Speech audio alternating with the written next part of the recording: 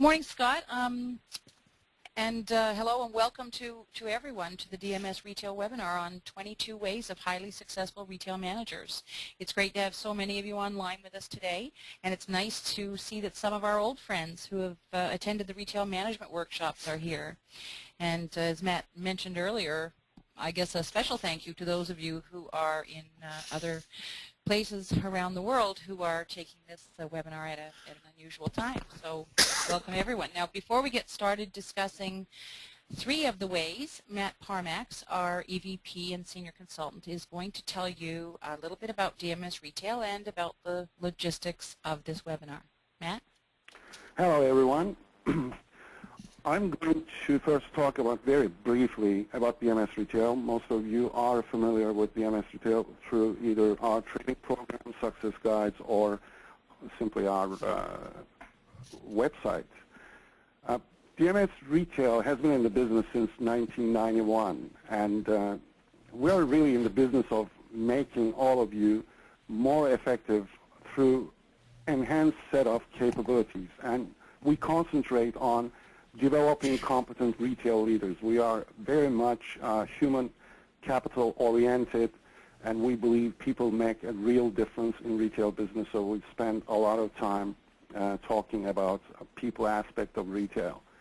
Another important issue for us is obviously customer service, and we'd like to go way beyond certain cliches and slogans on customer service and really try to put some foundation to make the customers delighted through our retail trainings and everything else we do. Sales, of course, the top line is always very important, and that's an important area that DMS Retail pays a lot of attention to. And another area that we believe very critical is the technology of retail, and we spend a lot of time talking about business intelligence and similar concepts, which leads to much more accurate target marketing and also getting the information about the customer and knowing what your potential is in the market. So overall, our mission is to help you delight your customers while increasing your profits and your employee engagement. So that's enough about DMS Retail. Let's talk about some logistics of this webinar. As I mentioned just before we started, the webinar style, the technology is excellent, yet there are some limitations. For interactive voice capability, unfortunately, there's a limit of 10 people, audience size of 10 people. So obviously, when we have hundreds of people signing up for this event, we couldn't choose to go that way. So the interaction between the presenters and the audience is somewhat limited. You can send us your questions during the presentation anytime, and we will be able to answer those questions, hopefully to your satisfaction. And that's one way of communicating with us. Apart from that, we have planned for three ways presented to you today, each one by one of our consultants present in this webinar. And before I turn the presentation over to Scott, I want to say a couple of things about Scott. Scott was born in Chicago, Illinois, and is a veteran retailer of over 23 years in the business. He started his business life selling encyclopedias door to door, so he learned the grassroots real quick and very early. He entered the retail business world in 1985, taking his first job selling mattresses in Chicago. Working his way up the ladder, he became that company's senior regional manager and helped the company grow from 4 to 55 stores. Like many entrepreneurs, though, he became hungry to do this for himself. And with two partners, he launched his own mattress chain stores that ultimately grew to 90-plus stores in 4 states and is a market leader in the industry. He's a self-described promoter of selling as a lost art in business today, and he says too many retailers rely solely on the economies of scale and are too focused on making cuts to improve the bottom line. The first piece of advice, Scott learned in this business was that the best way to improve the bottom line is to improve the top line. Scott currently resides in Paradise Valley, Arizona, with his wife and 2 wonderful kids. So this is the intro for Scott. Scott, it's all yours. Hi, good morning. I hope everyone's doing well today. We're going to go over the way number 4 on the 22 ways of highly successful retail managers. As soon as I get control here. Okay. You might as well go quickly through the 22 ways listed there, Scott. Will do. These are the 22 ways of a highly successful retail manager, and we're going to give you an opportunity to take a little peek at them. We will go over each of these a little bit more in depth perhaps in future webinars. But right now we're going to go over 3 of those ways with you to give you a little bit more information, a little bit more detailed information on those, so we can give you a little information at a time, give you an opportunity to get a feel for what's important, what we feel is important, what we have found has been very successful for retail managers. So these are the 22 ways. Just about finished. And I am going to focus mainly on way number 4, my favorite number. A highly successful retail manager is a motivator. To be a good motivator, first we really kind of need to understand a little bit about what motivation is. Motivation aids and directs behaviors towards a particular or a set of goals, very self-described. Motivation leads to increased effort and energy. We're all looking for that all the time. It increases initiation and persistence in activities. We're going to talk about that a little bit further in depth in a few minutes.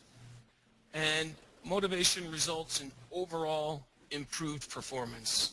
And at the end of the day, I think that's what we're all looking for. So, bottom line is motivation, in my opinion, is the single biggest factor in the success of a sales organization. Certainly debatable, but definitely very important. So understanding more about motivation, we have to know that there's 2 basic types of motivation. The first type is extrinsic motivation. Extrinsic motivation comes from external sources. So to your sales associates, the motivation that you give them obviously would be extrinsic motivation. Intrinsic motivation comes from within an individual or from internal sources. Okay?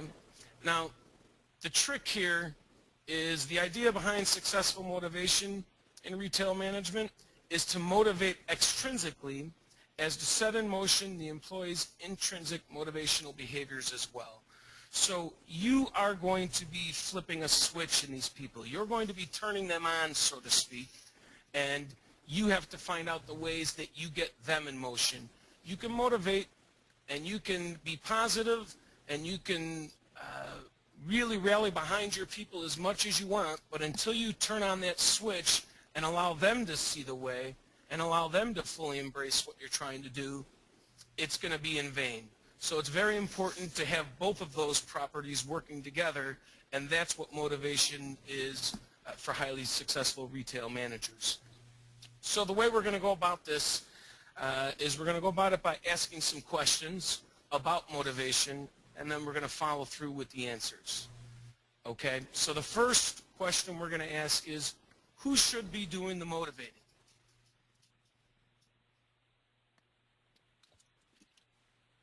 Everyone in the organization should be motivating. They should be motivating each other.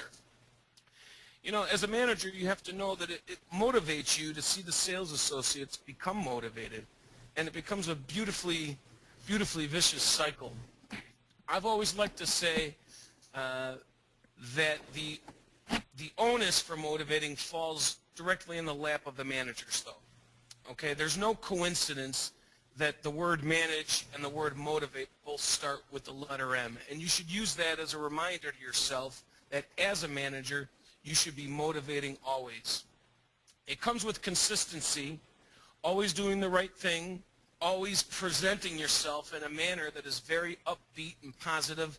That is very motivating. All day, every day. You have to show your sales associates that you are motivated, that you are happy, that you are goal-oriented, and those things will rub off on them.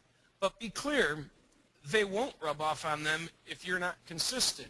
If you show inconsistency, if you show any inconsistency whatsoever, that'll rub off on your sales associates as well. You need to create good habits, and you need to stay consistent all day, every day in being motivating. You have to create an upbeat work environment and a festive workplace.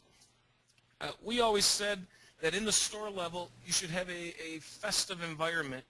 If you feel festive and you feel there's a big sale and you feel things are great, then your customers are going to feel that as well. Well, it's the same with your employees. You have to present that facade. You have to present that front of being very upbeat, and you have to create an environment and a workplace that is very festive and very happy, and that is extremely motivating. One of the questions that you should ask yourself, are your employees feeling good and excited after one of your store visits or a phone call with you? It's something you should ask yourself often, because if they're not, then we need to look at some of these basic ways of motivating them and get back to the basics and continue motivating. What is it that you could be doing wrong? So let's focus on continuing motivating and keep these people upbeat and keep them happy. That's the first part. Who should be motivating? Now, what is extrinsically motivating to employees and your sales associates? Well, let's look at the list that we've made here. Certainly recognition, achieving goals, being part of a winning team and a culture, awards, peer and superior acceptance, and then some slightly less concrete things like closing a sale and watching a seemingly impossible sale closed in front of them. That's you doing your job to the fullest and giving them some confidence that, hey, this can be done. That's extremely motivating. Interestingly, money comes at or near the bottom of the list in most studies. It's certainly a force to be considered, but like many customer surveys, when customers are asked why or why they didn't buy, money tends to fall down on the totem pole. Why do you think that is? Well, like customers, sales associates, value is far more important than price. Employees need to feel valued, they need to feel wanted, they need to feel needed.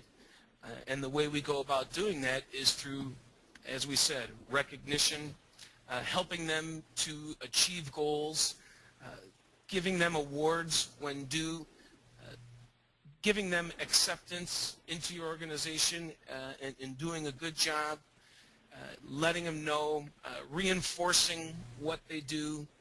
All of these things give motivation to your employees. One of the things managers tend to forget is once you've become a manager, you've gone through months and years of training on how to take care of your customers, how to manage your customers, and how to interact with your customers. Well, a lot of that training, most of that training, works with your sales associates as well. You can take that training and use it to manage your salespeople as well as your customers. It can go both ways. You work it with your customers, you know it, you do it every day. All it is simply transitioning into working it with your salespeople as well. And you have to be willing to complete any task and do it well in front of your employees. That is very motivating for them to see you come into the store and, you know, instead of, this might sound very simple, but instead of saying something like, hey, the garbage behind the counter is a little high, we should take that out, pick it up and do it yourself sometimes. Point out to them that it needs to be done, but when you're willing to do things as well, and you do little things like that well, that can be very motivating to your employees to see, hey, this person is willing to do anything and they're on my side.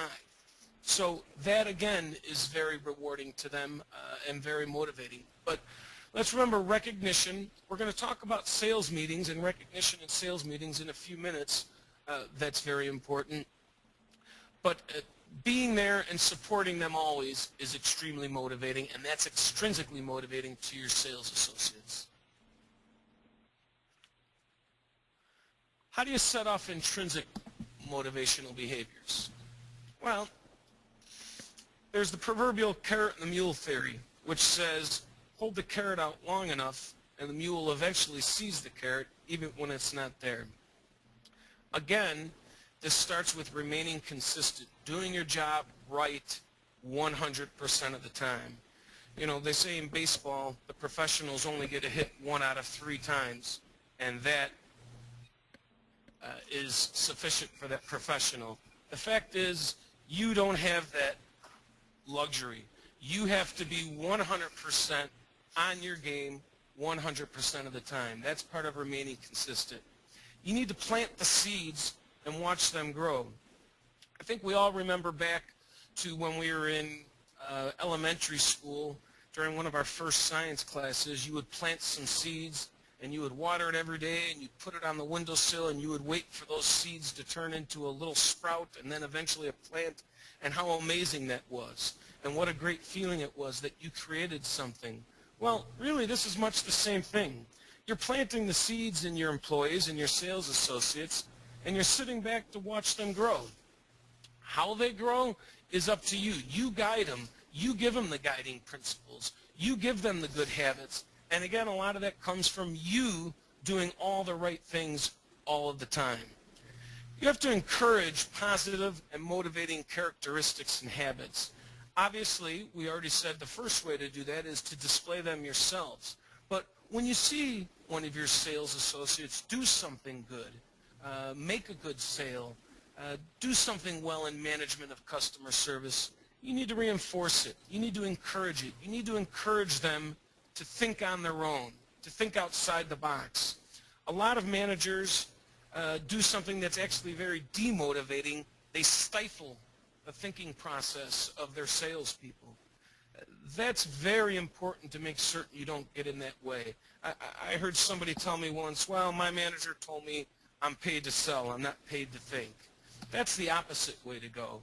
While it can bring very short-term results, it certainly is not something that is long-term, which is what we're reaching for, long-term success. Long-term success is obviously the best kind of success. So encourage positive and motivating characteristics and habits. Part of that is staying true to your company and your cause. I like to refer to it as you never show a crack in the dam. If you have concerns about anything with your company, whether it be price points, merchandising, pay scale, keep your concerns private or bring them up with your superiors. That is not something to bring up with your sales associates. You need to stay true to your company and your cause at all time because your sales associates will sniff it out. Again, this is much like how you present in front of the customer. They're very keen on picking up on those negatives. So it's very important for you to keep a unified front at all time. This is extremely motivating for your sales associates when they see that. So stay true to your company and your cause, and guess what? Like the little seeds that start to sprout, pretty soon you're going to start to see your sales associates react in the same manner. They're going to be very true to the company and very true to the cause. They'll keep their concerns private, or they'll bring them to you as their immediate superior. When you're motivating, remember, when you stay positive and you motivate through a positive attitude, you'll find that it gets returned tenfold. And it gets returned in almost a competitive manner. When I used to make a lot of phone calls to my sales associates, I would always make sure that those phone calls start and ended very upbeat, almost to the point of obnoxious, quite frankly. Hey, how you doing? What's going on over there? And it's a good way to get them motivated right there and then, and a good way to get people positive and upbeat. But then what I found is by consistently doing it, all of a sudden the return answers were, hey, I'm doing great. How are you doing over there?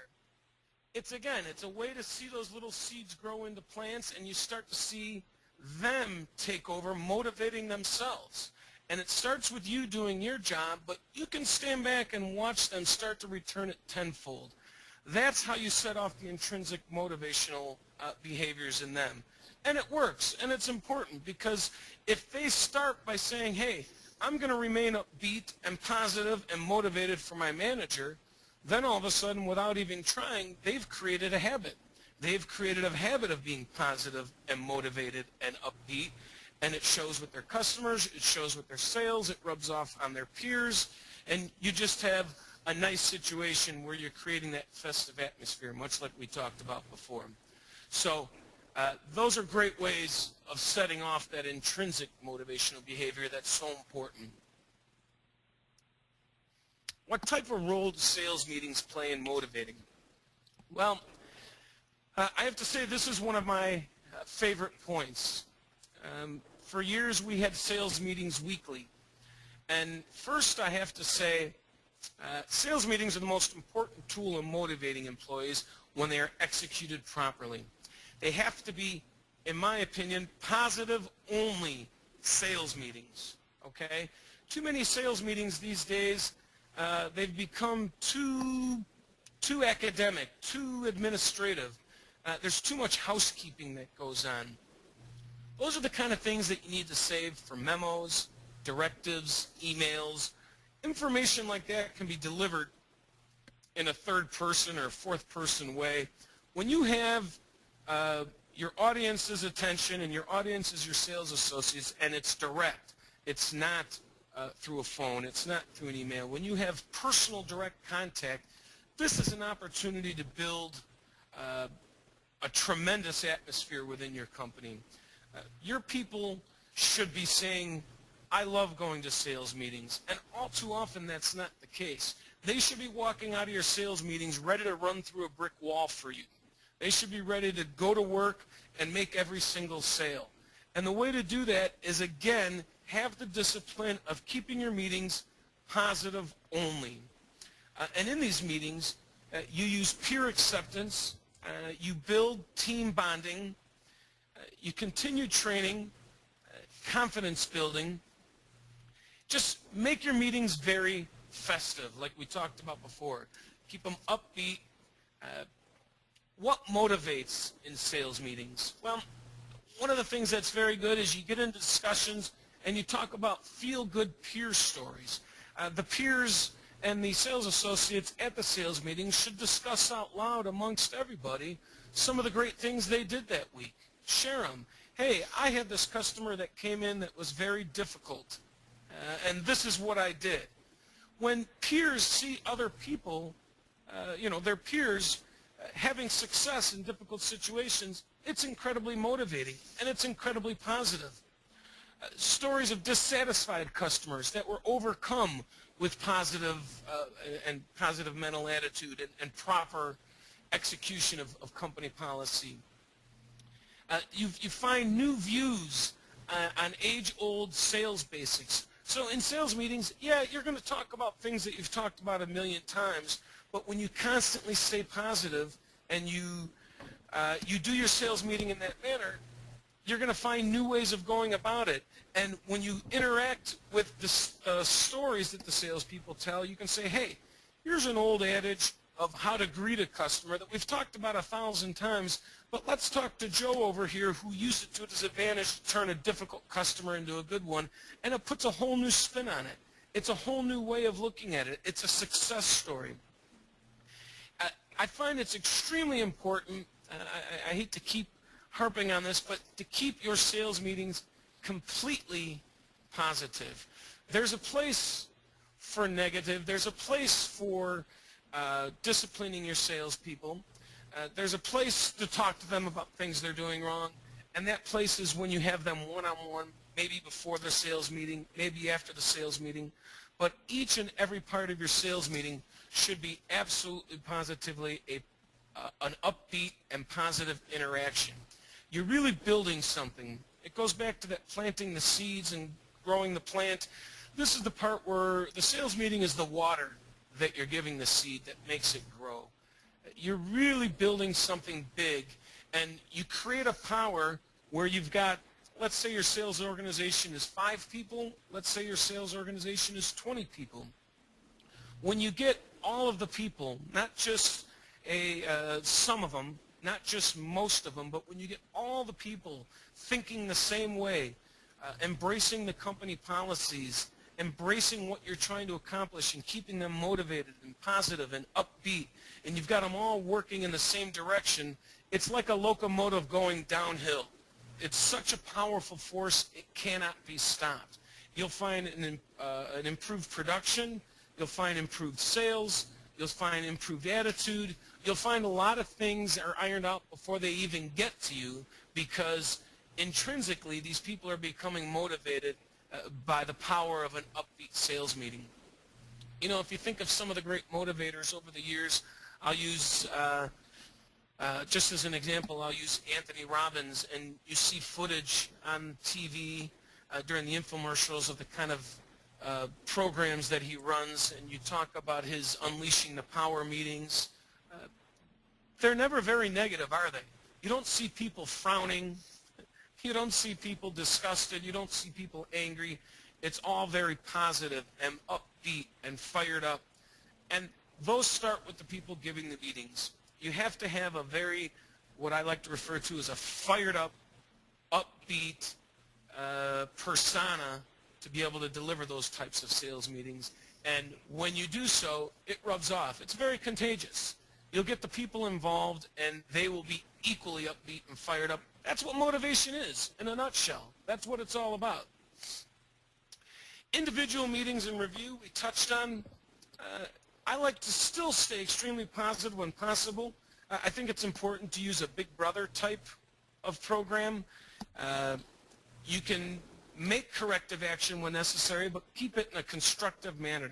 You've all heard of constructive criticism. Remember, we've got very fragile egos with salespeople, so we want to always keep it on a positive. You can still get your point across, and you can get it across very effectively, but do it in a positive manner. That's very motivating.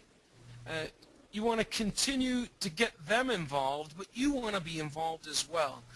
The way a Big Brother type of program would work in this regard would be to personally understand where they're coming from, to show them that you care, to show some empathy, to understand, hey, I've been there too. I can do this. I've done it. I've been there. But we need to be positive and upbeat and continue to move in that direction. Last but not least, how does management lead by example, and how does this motivate? Well, just always remember that success breeds success. Having and displaying a positive mental attitude at all times and consistently, as we've touched on before, and having an enthusiasm about what one does can be very infectious and therefore very motivating. It's important to always show an upbeat attitude. Never let there be a crack in the dam. If you read about the great leaders that lead, great leaders lead, but they motivate others to do so by displaying empathy, by being there for them, and by staying upbeat and positive at all times. You know, it's important, too, doing things like this webinar. When you go to the webinar and you're continuing to improve and you're continuing your education, those things rub off on your sales associates as well. Hey, I went to this webinar today, and it was very upbeat. It was great. I learned some great things.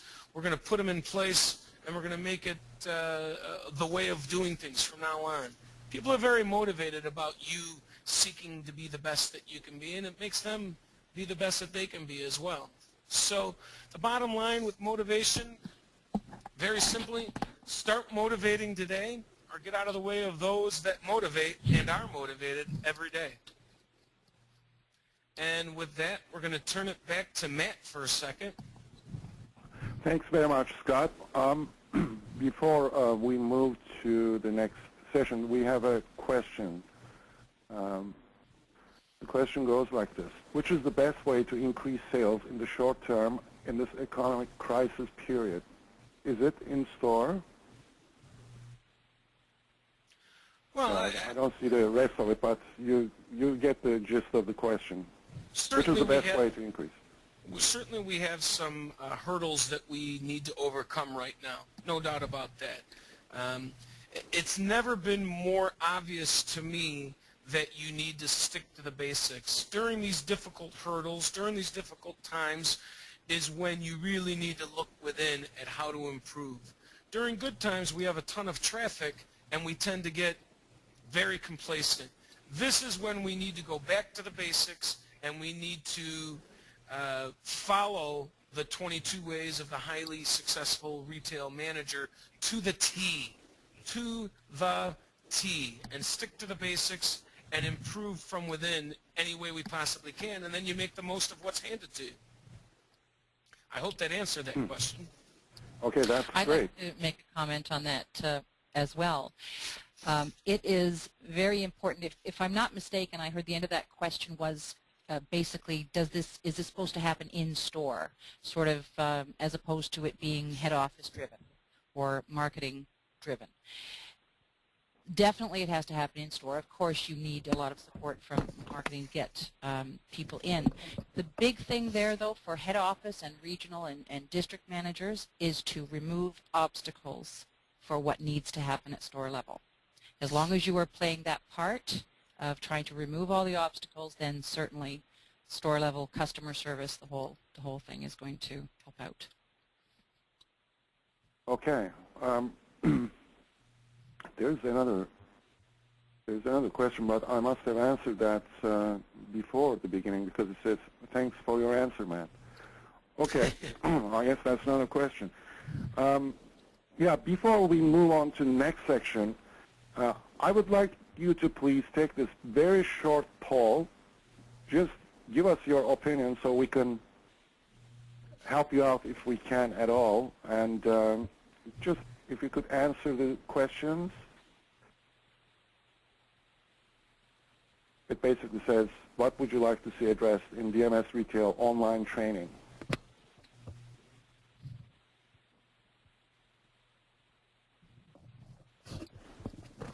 Okay, we're getting the vote. 23%, going up 26%, 39, 42, 45. Okay, so just another half a second will be done. That's very quick response. It's great. Perfect.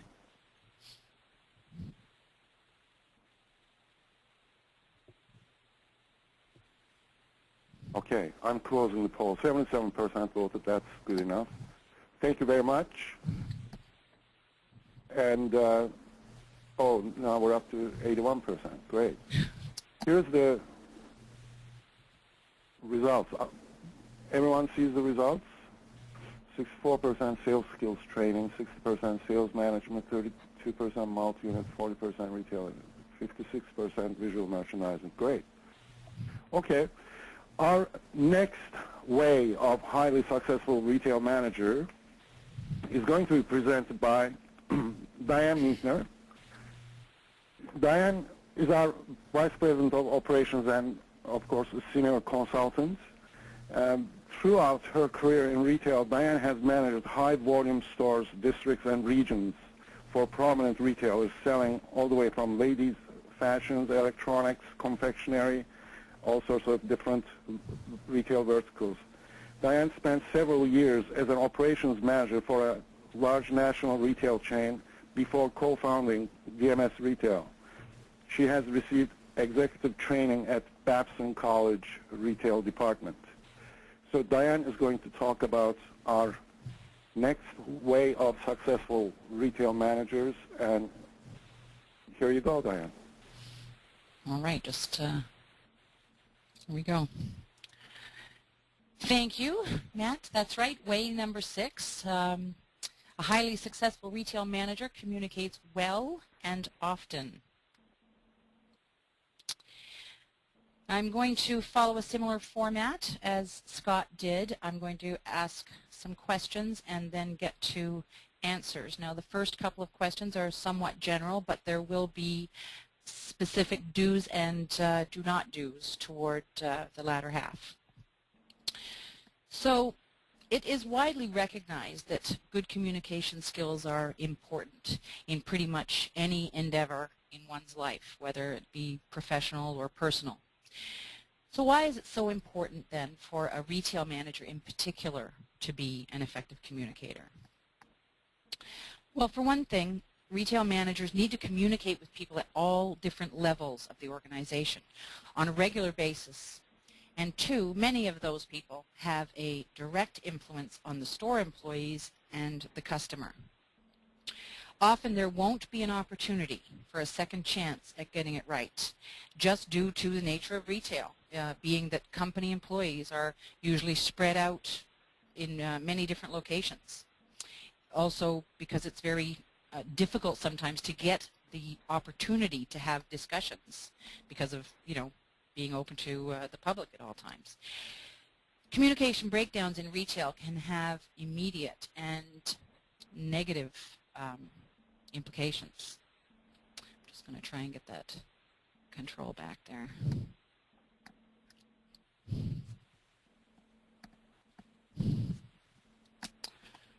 Okay. In many other industries, there are more opportunities for colleagues to have meetings and to take more time to clarify misunderstandings before any impact at the customer level.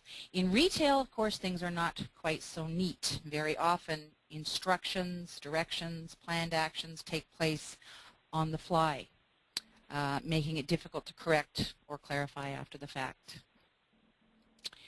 For example, if a store employee comes away from a conversation with maybe someone higher up in the organization even than the store manager, and they have the wrong idea, or if he's demotivated by the conversation, as Scott mentioned can certainly be the case, well, the manager may never know it because they've moved on to another location and may not see that person again for some time. Now, your customers and other associates probably will know that the individual is not so happy because it'll be apparent in the employee's behavior and attitude. And I know that you all know how destructive a demotivated and possibly disgruntled employee can be and how difficult it can be to set things back on track. For another example, let's say there's been a decision that the company is going to run a last-minute promotion to move some particular merchandise, and they have an opportunity and want to capitalize on some additional traffic that's expected over the next few days. Well, for expediency, sometimes the details of the promo need to be cascaded via the telephone. Maybe it's a tree of people going down the line, hopefully not. Maybe it's just the district manager calling their own stores, etc. But anyway, it's to let store personnel know the details of exactly what has to be done to set up for the promo. Now, if during this transfer of information from head office to stores, by head office also, field personnel, district managers, region managers, etc., some of the details are either communicated incorrectly or misinterpreted, then there's going to be some confusion and the promo won't likely get the desired results. And just a few of the things that can go wrong in this scenario are, the price may end up being too low or the discount too high, which of course will cause excessive markdowns. Or the wrong product, in fact, may end up on promotion. Incorrect signage may be used, presentation or promotional setup may be done incorrectly. So the customer may, in fact, end up confused depending on what went wrong. And the employees can become disgruntled as well and resentful when the problem is discovered and they have to do the same work, to them anyway, all over again to put it right. So retail managers really need to hone their skills if their goal is excellence in execution at store level, and of course it should be. There must be an exchange of information, not just a download. People need to be given the opportunity to ask questions for clarification. Yet another reason retail managers need to be highly effective communicators is to be able to get the very best out of their people. Subordinates who actively participate in the exchange of information, meaning they're not just told to do this or do that, are far more likely to achieve objectives.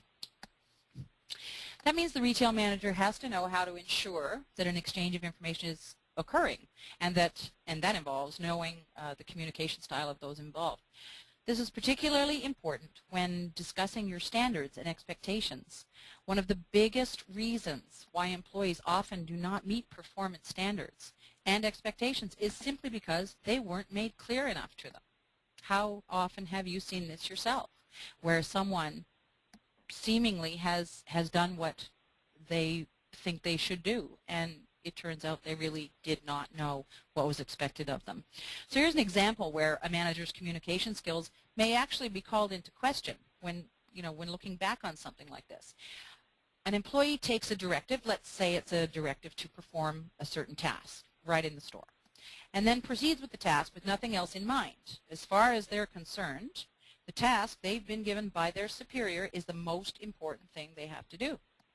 Now, if the manager's expectations were clear all along, right from the beginning of their working together, that employee would understand that the task must be done only if there were no customers to look after.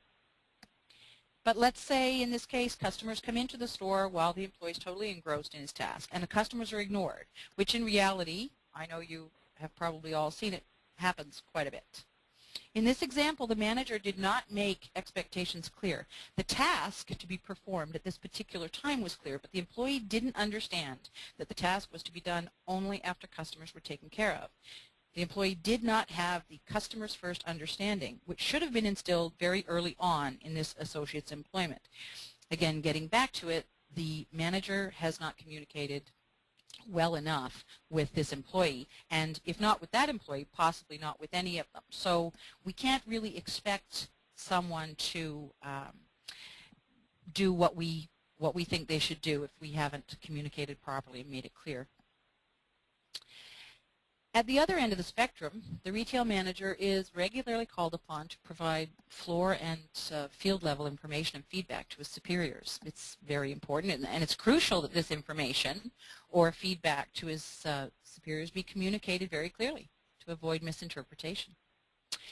And if a retail manager is communicating upward, his or her credibility and maybe even career may be at stake.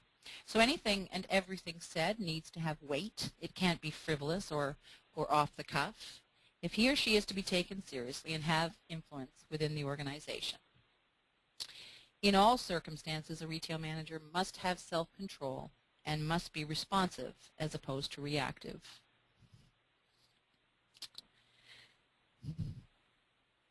So what are some of the barriers to effective communication? Well, a barrier instantly arises if the listener senses that there is not a win-win. If the conversation is focused on us or ourselves, then the other party may tune out. If the end result of a conversation is apparent at the outset, and if that outcome is not a desirable one for the listener, then it is a win-lose conversation and it doesn't stand much chance of being effective. A person knows when someone starts a conversation, if the conversation is going to be one where a two-way discussion will take place, or if it's simply a download of information.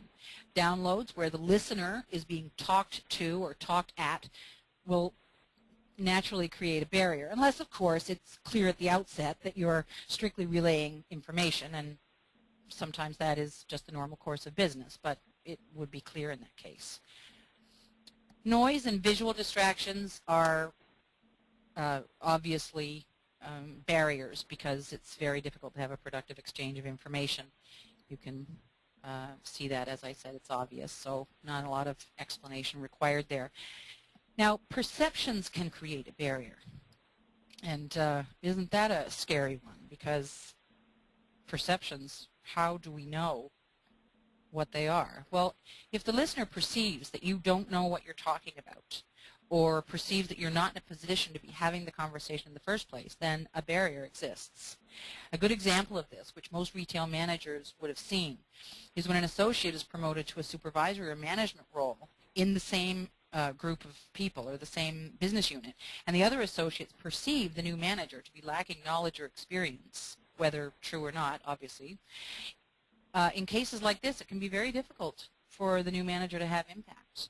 She or he needs to find a way to communicate that removes any perception that he or she may not have the knowledge and experience required. Actually, a barrier can be anything else that may make the message come across differently than what is actually being said.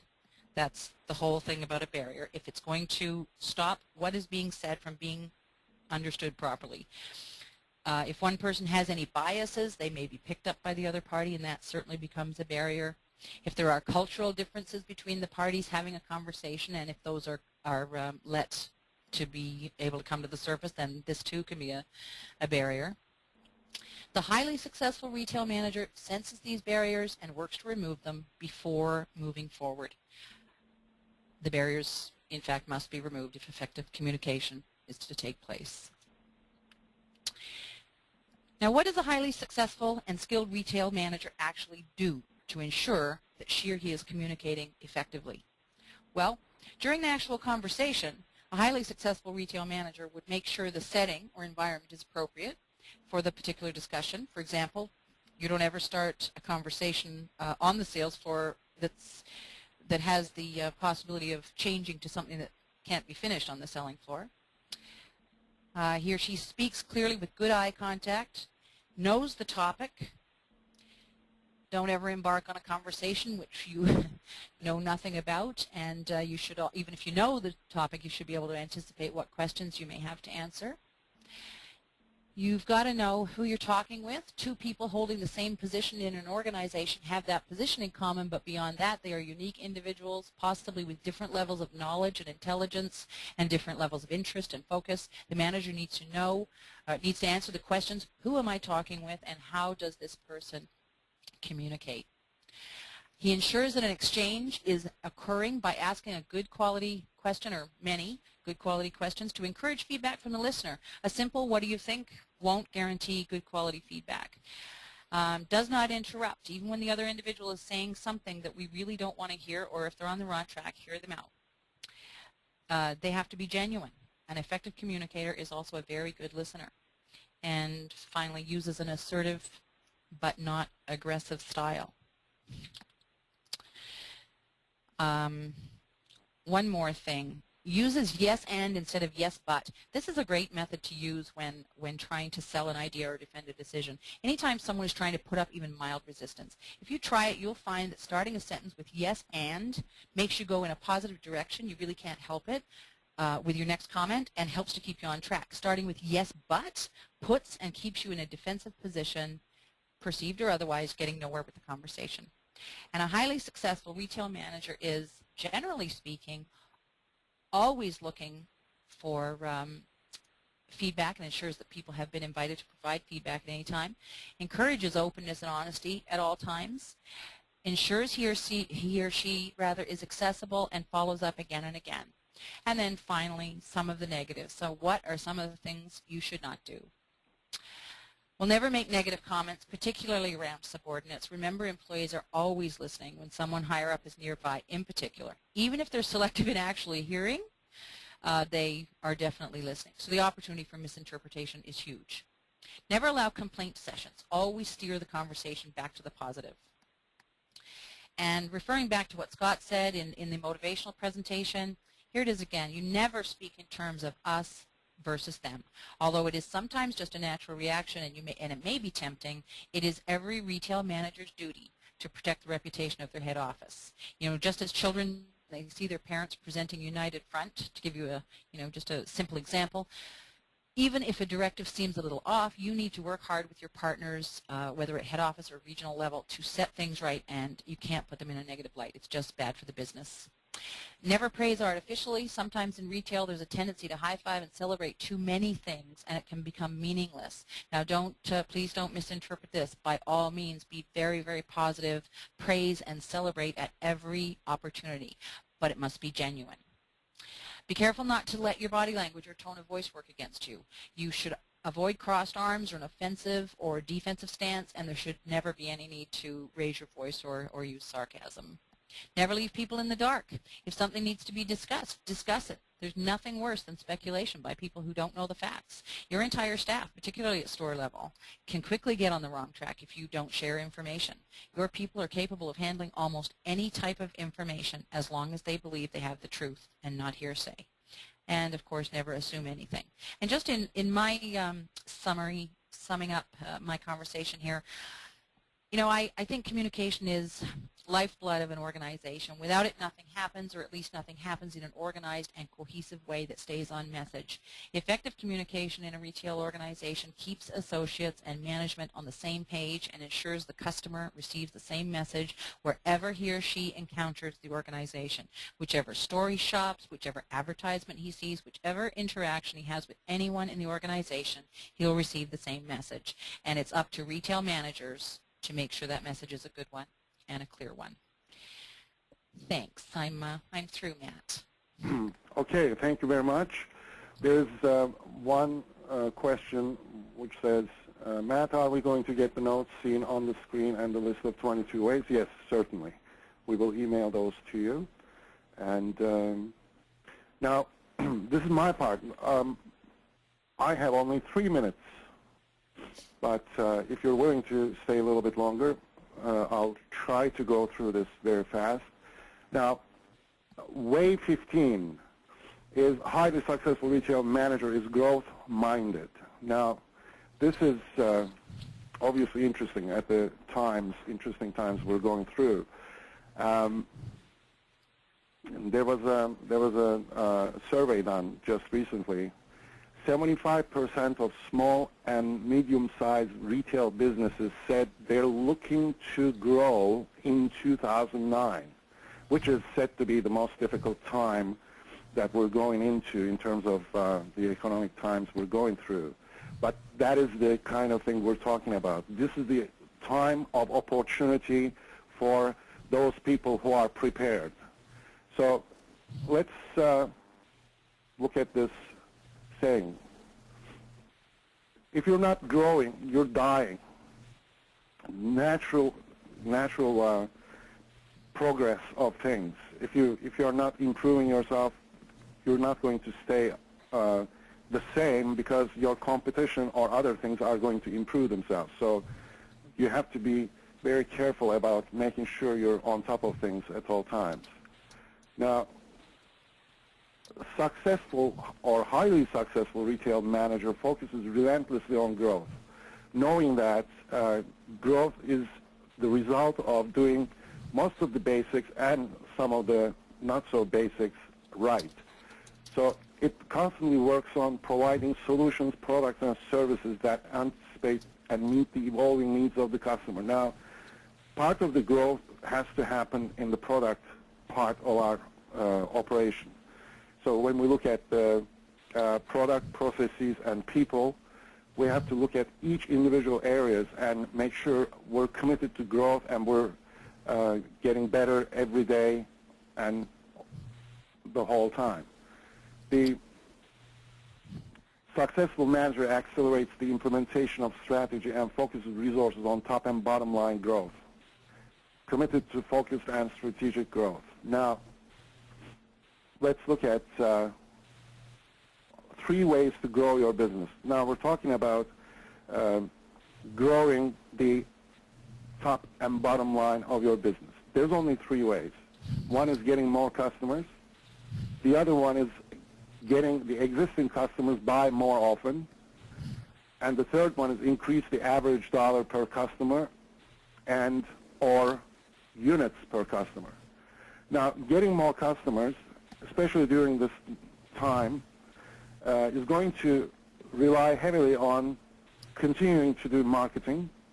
And for those who have reasonable cash flow and strong strength in their positioning, these are great times to increase your marketing instead of cutting down on marketing, because what is going on is the larger operations are dropping their smaller type customers and focusing on their core customer base, which gives other middle to small retailers an opportunity to capture those customers.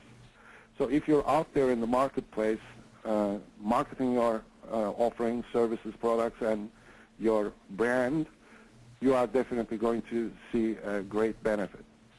The second one is all about promotions and keeping in touch with your existing customer database. And obviously, most of us nowadays have customer lists, and we keep customer records. So this is the time to go back to our existing customers and invite them back to the store more often. And the third one is related to the question we received earlier. Someone said, how are we going to increase the sales, especially in the store? Well, increasing the stores in the sales can be done through this number 3. Increase the average dollar per customer, so sell more expensive items to the customer instead of selling the entry-level product or bottom-of-the-line product. And also sell a customer more units. This is going to require, obviously, sales skills. So if you're not up to snuff with your sales training, this is again the time to pay tremendous attention to your sales training and improve your sales associate skills in the store. Okay. Some of the questions you want to ask yourself to see if you're growing or if you're set to grow or not. One is, are you cloning yourself through teaching others? Obviously, as the leader, as the manager and coach of the group, you have the skills and you have the training and you have the knowledge that you can definitely pass on to your people at every opportunity. So this is important, also important for succession planning. Another question you want to ask yourself, are you doing business at the level you want to?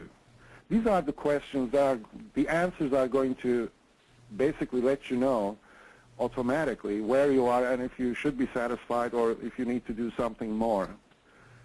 How are you being stretched and forced to grow? Are your targets, obviously right now, this question may be not necessary because we are definitely stretched right now because of the economic times. But given we do the right things and given we place the importance and focus ourselves on the important things, we're going to come out of this stronger, better, and bigger, hopefully. How can you add more value? What can you do more for your customers? I mean, this is a question anyone and everyone should be asking themselves every day. And in what ways are you currently obsolete? So looking at and around your kind of business, competition, what you're reading in the magazines and newspapers, etc., see what part of your systems, your processes, your training, anything is obsolete, so they need to be improved and brought to 21st century. Continuing with the questions, what are the most important things to work on that will grow your business the fastest? Prioritization is the question, basically. How are you going to prioritize your most important areas that are going to support your business better? And you have to ask that question to yourself. And what are you doing to prepare for the next phase? First of all, do you have the definition of the next phase? What is the next phase for you? It's going to be different for every one of you out there. And what new markets should you be entering? Again, these are exciting and interesting times because these difficult times also can produce tremendous opportunity in terms of new markets you can expand to. And the summary of all these questions, what's next? What are you doing next to grow your company? And again, this is the other side of the questioning session.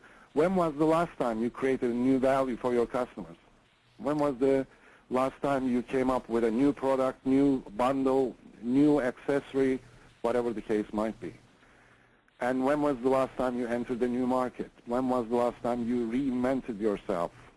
When was the last time you upgraded your qualifications? And when was the last time your business embraced change and did something innovative?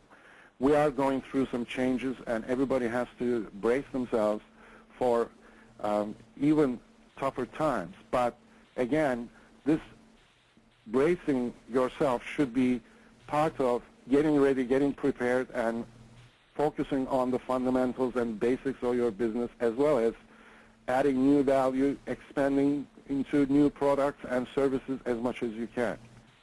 You have to do everything almost at the same time.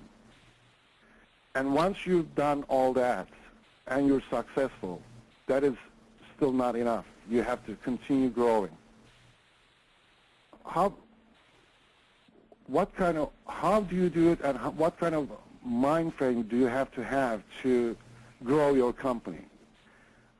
First and foremost, you have to have systems in place. You have to have processes in place. Most important one of those is a proper process, well-defined, to address the customer issues. Everybody in the organization, as well as in the store, must know what to do when customer has an issue, customer has a problem, etc. So you have to figure that process out if you haven't already. You also have to get more vigilant in terms of identifying waste in the organization. Wasted effort obviously is contra and counterproductive to growth and success. So elimination of waste is one of the top considerations. And waste can be in financial area, operations, time being wasted, and processes that are not efficient and accurate. Also, a highly successful retail manager spends time and resources to generate new customers while retaining existing customers. That's part of the growth we talked about. There has to be a defined process to develop, launch, and expand the products and services. Now, and that process has to have questionnaires and fact checks, reality checks attached to it, so that you are expanding into the right products and services instead of going all over the place and losing your core focus. And last but not least, successful retail manager has clear growth goals and invests in the staff and processes needed to meet these goals. So as you set your plans up, you have to have the proper investment in terms of time and money to staff training and development, as well as improving the efficiency and accuracy of your processes. Now, I cut this down a little bit short because we're out of time, considerably. We went over time, actually. If you have any questions, we would like to address right now. And also, I want to point out to you that we're getting ready to publish the 22 Ways of Highly Successful Retail Managers, and we prepared a special offer for you to pre-order this book or success guide, and release date is April 15th. And if you want to go to the website and dmsretail.com/22ways.htm, you will see close to 43% discount from the published price. So that's available to you as the participants in this webinar. Now, any questions?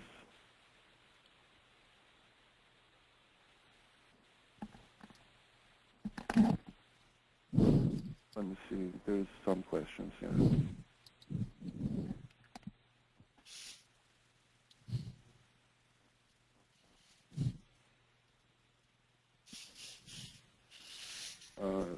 There's that we should spend more on marketing in this time.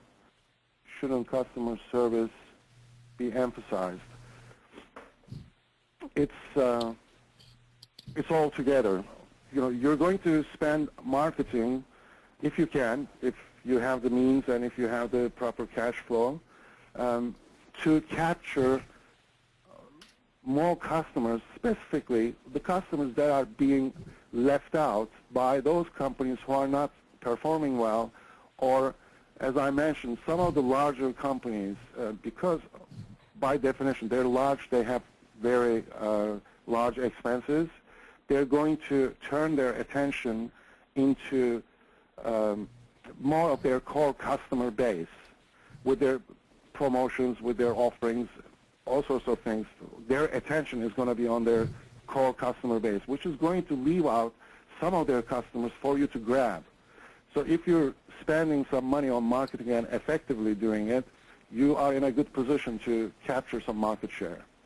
In terms of customer service, nothing has changed. In customer service, we're shooting for 100% satisfaction, 100% delightment of the customer. So whether these are good times or bad times shouldn't change our customer service strategy. So that would be my answer to that question. One of the nice things about the 22 ways of a highly successful retail manager is you have 22 specific areas to think and concentrate on. However, it's one list. It's one list that comes together to create the success. So certainly there's going to be some overlapping there to some extent, because these things all need to transition into each other and meld together to create one big successful retail manager. So some of the things that you mentioned, Matt, obviously are very accurate and will be addressed even more so in some of the other 22 ways of a highly successful retail manager. Very good, yeah. One more question. I did mention that attendees would receive this presentation.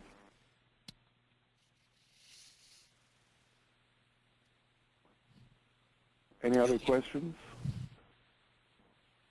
Any comments, Diane, Scott? No, I don't have anything. I'm hoping everyone enjoyed today's webinar, and we look forward to doing more in the future.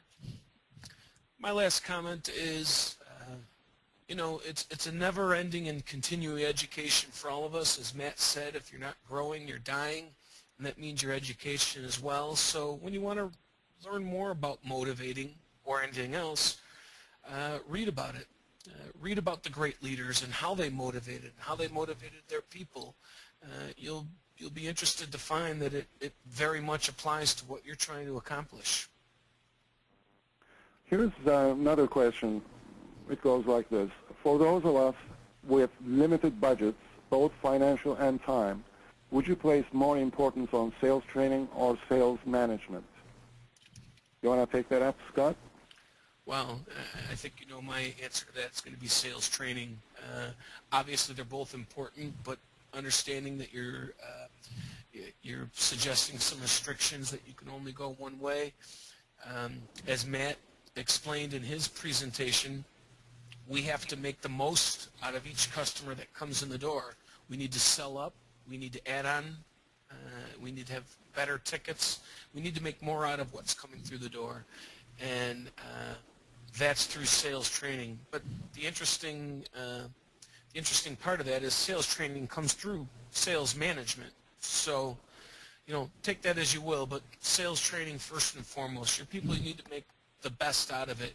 This is an opportunity, like Matt said, these are opportunistic people look at this as a great time to get better and stronger and build and gain market share. It comes from sharpening the saw. It comes from getting better at what you do, honing your skills, and then once things get a little bit better, you'll be that much further ahead of the game. Yeah, certainly sales training is part of sales management. Now, which one comes first?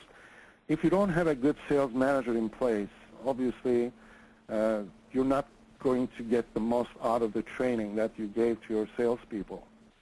But for immediate impact, and assuming that at least some of your store managers are also reasonably good sales managers, I think I'm going to agree with Scott that the sales training comes first, so that we get the people doing the right things in front of the customer first and foremost.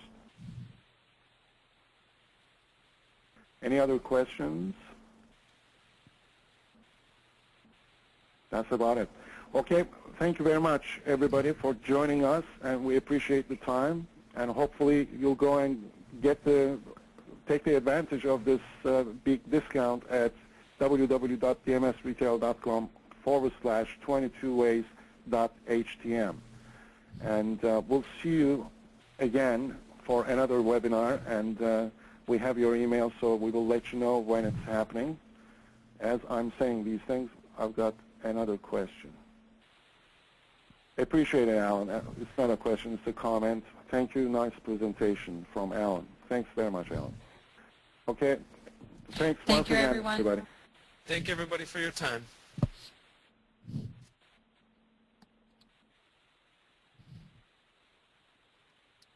Okay.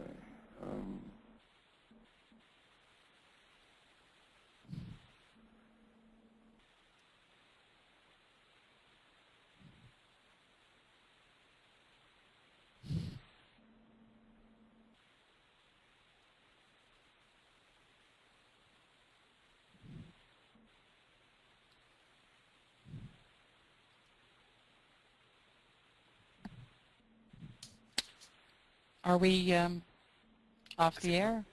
No, I believe we're Yeah. live. Let's go off and we'll talk later on. Okay, I'll call you, Scott. Okay. Okay, thanks. Okay, bye, everyone. Goodbye.